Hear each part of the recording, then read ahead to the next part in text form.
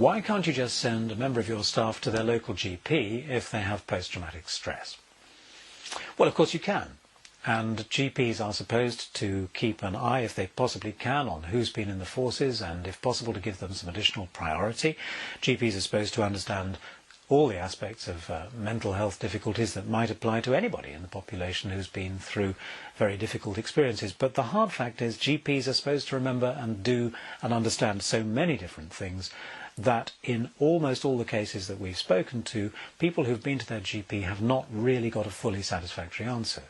GPs can refer on to the local Improving Access to Psychological Therapies clinic. They can refer people who are ex-military onto the military assessment program, and there are so many other routes for referral, for assessment and treatment that GPs could refer people onto.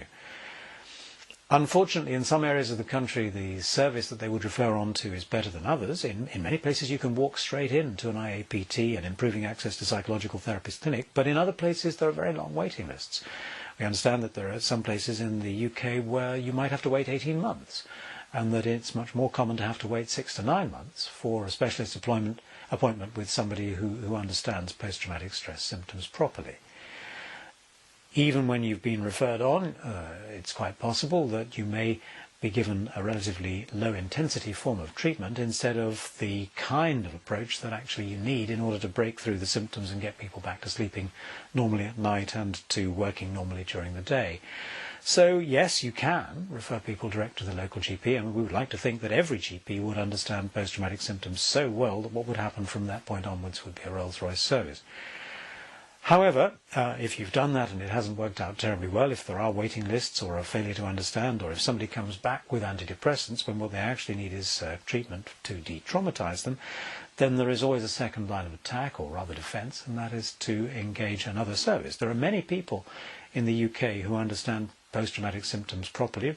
PTSD Resolution is one of them. Our particular line is to work with people who've been in the services. Our particular area of expertise is understanding, building relationships and rapport with people who've been in the services, and then helping them to go through the process of being de-traumatized and moving on from there to understand how to build a life that works instead of thinking about the things they've been through all the time. So Resolution would be another line of contact for you if going to the GP hasn't worked in the first place.